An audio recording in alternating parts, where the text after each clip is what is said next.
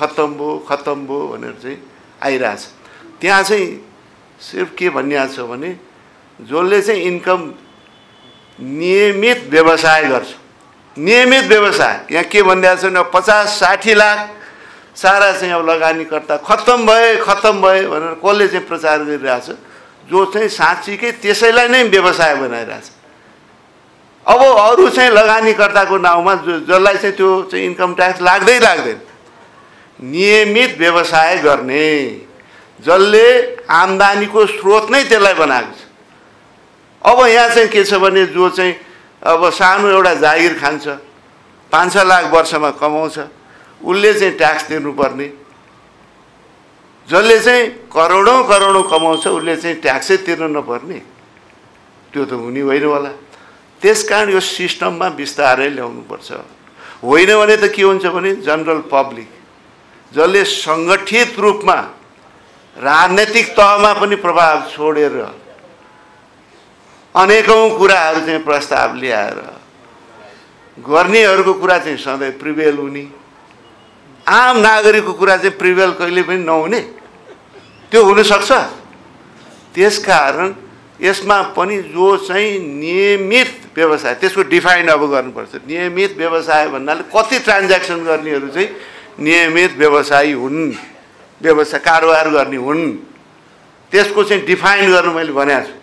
सम्झिकाले यसको डिफाइन गर्नु, जसले चाहिँ सामान्यतया अब मेरो थोरै पुँजी छ, यहाँ लगानी गरेर केही प्रफिट हुन्छ कि फाइदा हुन्छ कि त्यसलाई यो लागु हुँदैन।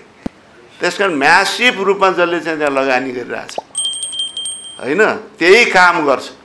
त्यसैले चाहिँ एकदम स्वाटै तल लाने र माथि लाने काम गर्छ।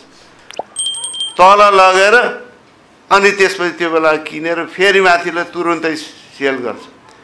अब यसलाई चाहिँ अब हामी चाहिँ सिस्टममा ल्याउने कि नल्याउने मलाई थाहा छ। अब भेस्टेड इन्ट्रेस्टहरू चाहिँ चौतर्फी रूपमा लाग्छ, खत्तम गर्यो अर्थमन्त्री, समाप्त पार्यो, अब जम्मै क्रासै गर्यो, सारा 50-60 लाख चाहिँ समाप्त हुने भए भनेर हुन्छ र त्यो धेरै अरू कर्नरबाट पनि आउँछ। त्यही हो अहिले चाहिँ यो अर्थमन्त्री पनि जोखिम मैले त्यही देखिरहेको छु। इमान्दार हुने जोखिम, इमान्दार हुँदाखेरि देखेको जोखिम हो। त्यो इमान्दार यो कुरामा कहीँ पनि तपाईँले होइन, तपाईँहरू त विशिष्ट प्रिभिलेज हो, तपाईँहरूलाई केही हुँदैन, हुने भने त सामान्य उसलाई मात्रै हुने हो भने भए यहाँ जोखिम हुँदैन थियो, कसैले प्रश्न उठाउँदैन थियो।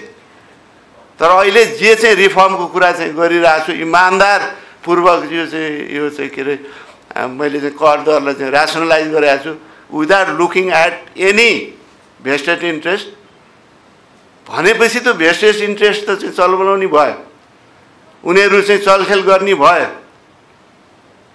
यो समाप्त पार्न थाल्यो अर्थमन्त्रीले भन्ने भयो। यो कुरालाई चाहिँ तपाईँहरू चाहिँ मिडिया पावरफुल, सोसल मिडिया झन् पावरफुल, मिडिया पावरफुल, यहाँहरूको चाहिँ सहयोग चाहिन्छ।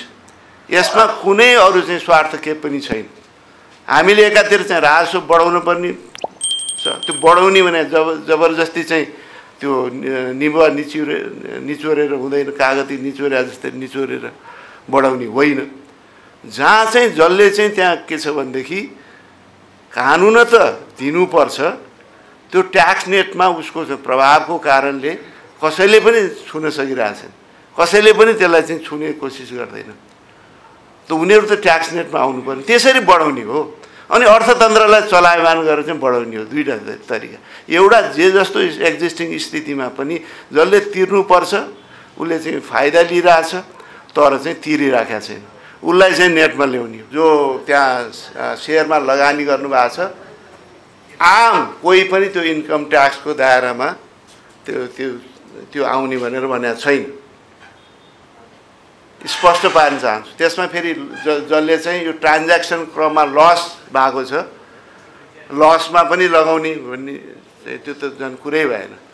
त्यसो हुनाले यो पनि स्पष्ट पार्न चाहन्छु। कोही यो 99.5% इभन 99.99% नै यो भित्र चाहिँ पर्दैन। सम्पूर्ण म चाहिँ के छ भने सेयर मार्केटमा लगानी गर्ने देशभरिका जुन दाजुभाइ दिदीबहिनीहरू हुनुहुन्छ यसबाट आत्तिनुपर्ने के पनि कारण छैन। कोही पनि तपाईहरु त्यो खाले अलिकति यहाँ लगानी गरेर केही चाहिँ मलाई पनि फाइदा हुन्छ कि ब्याङ्कमा राख्नु सट्टा यहाँ राखेर अलि फाइदा हुन्छ कि भनेर जसले गरेको छ कसैलाई यो चाहिँ यो दायराभित्र उहाँहरू चाहिँ कोही पनि आउनुहुन्न। अब चाहिँ यो